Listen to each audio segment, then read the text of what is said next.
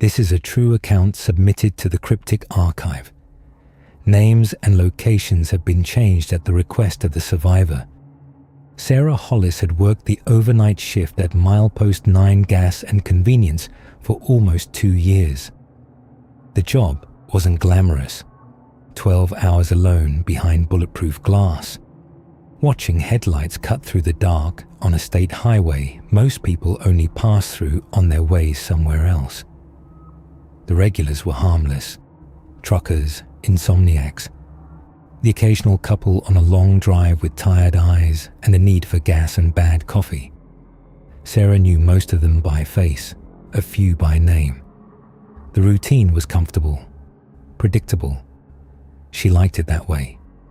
She was 26, living alone in a second-floor apartment on Delmar Street, 12 minutes from the station. She had a beagle named Biscuit, a second-hand couch she loved, and a social media account she kept semi-private under a nickname her close friends knew her by. She was not careless with her personal information. She was not the kind of person who trusted easily. None of that mattered. The station had 2 points of entry, the customer-facing front and a heavy metal door in the back storeroom that led to the service lot.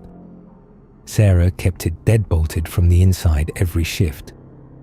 The man in the grey jacket first appeared on a Tuesday in late October. Sarah noticed him the way you notice anything unusual at 2 a.m. Not because he did anything wrong, but because something about him felt slightly off, like a word that looks spelled correctly until you stare at it too long. He was tall, thin, pale in the fluorescent wash of the store lights. The jacket was too heavy for the weather. He bought a bottle of water, said nothing, and left. She forgot about him by morning. He came back Thursday. Same jacket, same water. This time, he stood at the counter a few seconds longer than necessary, and when Sarah slid his change through the metal slot in the glass, he looked up, not at the register, not at his hands, directly at her face. "Long shift," he said. It wasn't a question. She said yes, managed a polite smile, and watched him walk back to a dark car she couldn't fully see. Tuesdays and Thursdays, she started marking her calendar. By the following Tuesday, she'd convinced herself she was overthinking it. The man was probably just awkward, probably just lonely. Then he said her name. She hadn't been wearing a name tag that night. The clip had broken 2 days earlier. When he slid the water bottle toward the slot, he said quietly and without looking up, "Have a good night, Sarah." The words hit her like cold water. She stood very still. She told herself he must have overheard someone use it. She told herself there was a logical explanation. But she was alone, and there was nothing in that building with her name on it visible from the customer side of the glass. She turned it over all morning. Her name wasn't on anything visible. Her social media was under a nickname.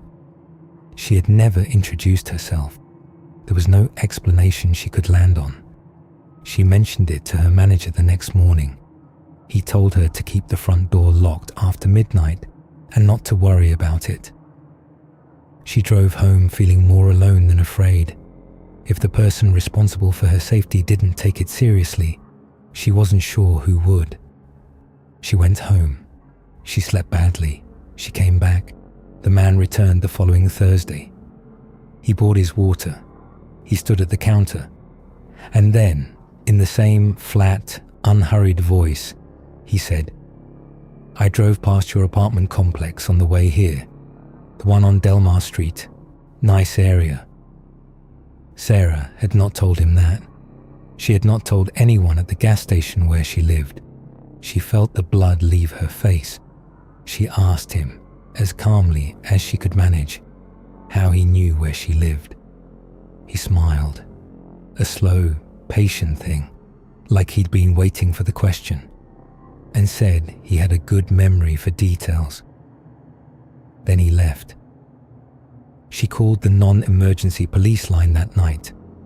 The officer she spoke with was polite, took a report, and told her to call back if the man made any direct threats. She called her friend Dana after and stayed on the phone for the rest of the shift, letting conversation fill the silence. It helped a little, but she couldn't stop thinking about the way he'd said Delmar Street.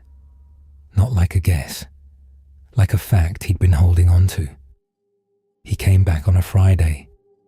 It wasn't his usual day. He didn't buy anything this time.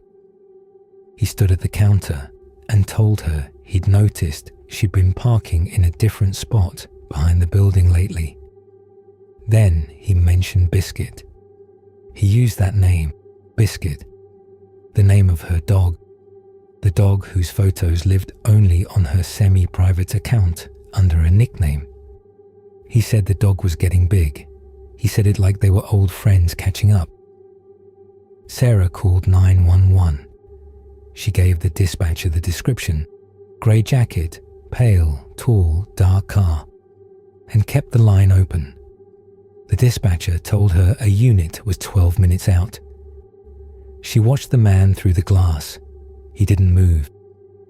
He stood there and looked at her the way you look at something that belongs to you. Like he had nowhere else to be. Like he already knew how this was going to end. The lights went out. Not a flicker, not a surge. Every light in the station cut off at once.